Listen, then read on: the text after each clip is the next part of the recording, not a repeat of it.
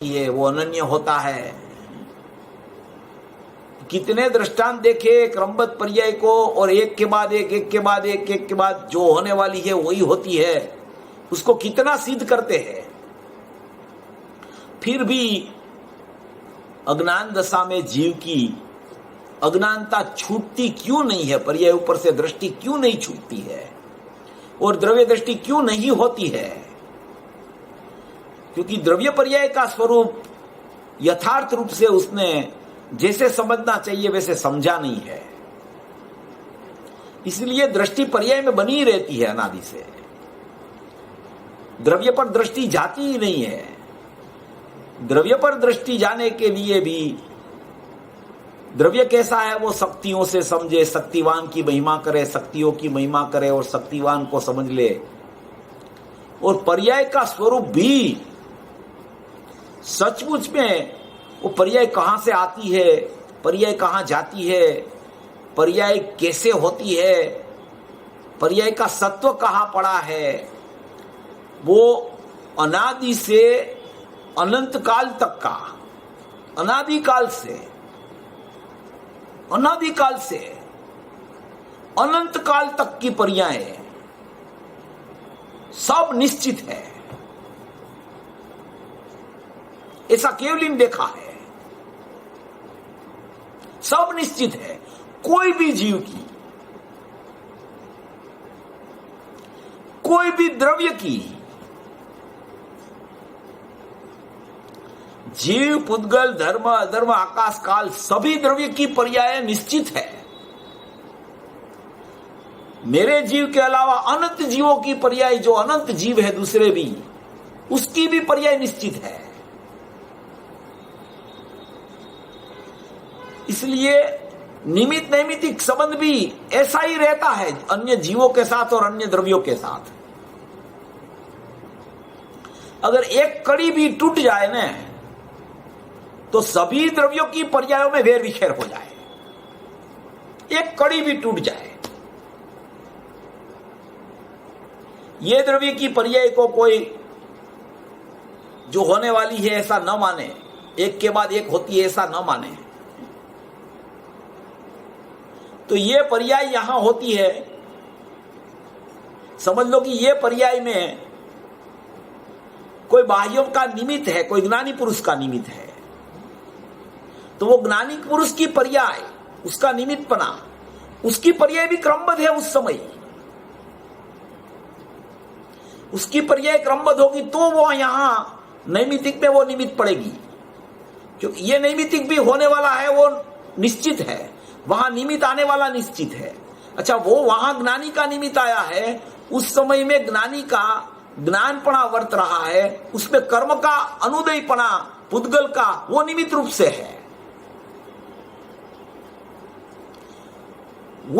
वो अगर फिर जाए तो ज्ञानी का परिणमन फिर जाए, ज्ञानी का परिणमन फिर जाए तो उसका कर्म की पर्याय फिर जाए, और ये परिणमन फिर जाए तो यहां की पर्याय फिर जाए।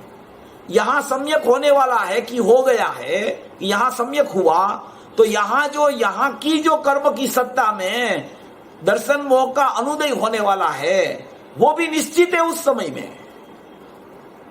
ये पुद्गल की सत्ता का क्रमबद्ध परिणमन, अगर यहां सम्यक होवे और यहां क्रमबद्ध में दर्शन मोह का उदय होवे, अनुदय ना होवे, तो ये व्यवस्था टूट जाएगी। और यहां जो कर्म बंधा हुआ है, वो कर्म बंध के लिए पूर्व में अज्ञान था, उसका निमित्तपना है। अगर वो निमित्तपना नहीं होगा तो वहां उस समय में वो कर्म नहीं बंधेगा, और यहां उसका अनुदय होने वाला है, तब यहां सम्यकता नहीं होगी तो उसका अनुदय नहीं होगा। और यहां सम्यकता होने वाली है, तब वहां ज्ञानी का निमित्तपना होगा, तब ही यहां सचमुच सम्यक होगा। तो वो ज्ञानी की निमित्तपने की भी ज्ञान की पर्याय निश्चित है, और उसकी जो ज्ञान की पर्याय में ज्ञानावरणी का अनुदय है वो भी निश्चित है। सभी द्रव्यों की पर्याय निश्चित है क्रमबद्ध, इसको कोई फिरा नहीं सकता। अनादिकाल से अनंत काल की निश्चित है।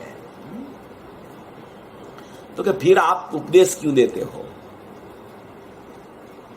कि द्रव्य की सन्मुख जाओ, द्रव्य को समझो, शक्तियां को समझो, शक्तिवान का दृष्टि करो, ये फिर जरूरत ही क्या है, सब पर्याय क्रमबद्ध ही है। तो क्रमबद्ध ही है तो पुरुषार्थ की क्या जरूरत पड़ती है? अभी प्रश्न आया था ना, इसमें ही प्रश्न आया था इसमें कि तो फिर पुरुषार्थ क्या है? फिर पुरुषार्थ की क्या जरूरत है? पुरुषार्थ क्यों करे? पुरुषार्थ की जरूरत ही नहीं रहती ना, सब क्रमबद्ध है तो। कि भैया क्रमबद्ध का स्वीकार में अनंत पुरुषार्थ है। पहले क्रमबद्ध के स्वीकार में अनंत पुरुषार्थ है और बाद में वो क्रमबद्ध है इसलिए न देखना और अपने स्वभाव को देखना, उसमें अनंत पुरुषार्थ है। एक बार प्रयत्न करके देखो कि कौन सी पर्याय का देखना आपका बंद होता है। देखो एक बार, विचार में लो ये बात को, निर्णय तक ले जाओ, कैसा पुरुषार्थ चलता है। देखो बंद होता है पर्याय को देखना, तो वही तो पुरुषार्थ है ना। सबसे बड़ा पुरुषार्थ वो है। उसी का नाम क्रमबद्ध का स्वीकार है, उसी का नाम षटकारक से परिणमन होता है, उसी का नाम जो आने वाली है वही आई है वहां, उसी का नाम वो सब अंदर में अंतर्गर्भित पर्याय रूप परिणमन शक्ति अंदर में उसका सत्व अंदर पड़ा है, वही बाहर निकलता है। जो अंदर प्राप्त है वही बाहर आता है, उसकी ही प्राप्ति होती है। कुएं में होता है वही अवेड़े में आता है बाहर। इतने न्याय से ये क्रमबद्ध सिद्ध होता है कि उसको पता ही नहीं चलता कि कुछ नहीं करना उसका नाम पुरुषार्थ है। कुछ नहीं करना उसका नाम पुरुषार्थ है। सम्यक दर्शन की पर्याय तो करना नहीं, अरे कुछ नहीं करना, मात्र जानना, उसका नाम सबसे बड़ा अनंता पुरुषार्थ है। वो अनंता पुरुषार्थ है। जब तक ये बैठेगा न, उसको चित्त सामान्य में चैतन्य की सर्व व्यक्तियां अंतर्निमग्न है, ये जब बैठ जाएगा न, तब उसको पता चल जाएगा कि ये यहां है न, वही बाहर आता है। तो कि यहां अज्ञान की पर्याय थोड़ी पड़ी है, यहां मोहराग द्वेष की पर्याय थोड़ी पड़ी है। तो कि मोहराग द्वेष की, अज्ञान की, सम्यकता की कोई पर्याय नहीं है अंदर में। अंदर में तो गुण में सत का सत्व पड़ा है, मगर वो सत्व जो बाहर आता है न, वो अपने को पता नहीं है कि वो सत्व में क्या आने वाला है, केवली के ज्ञान में है।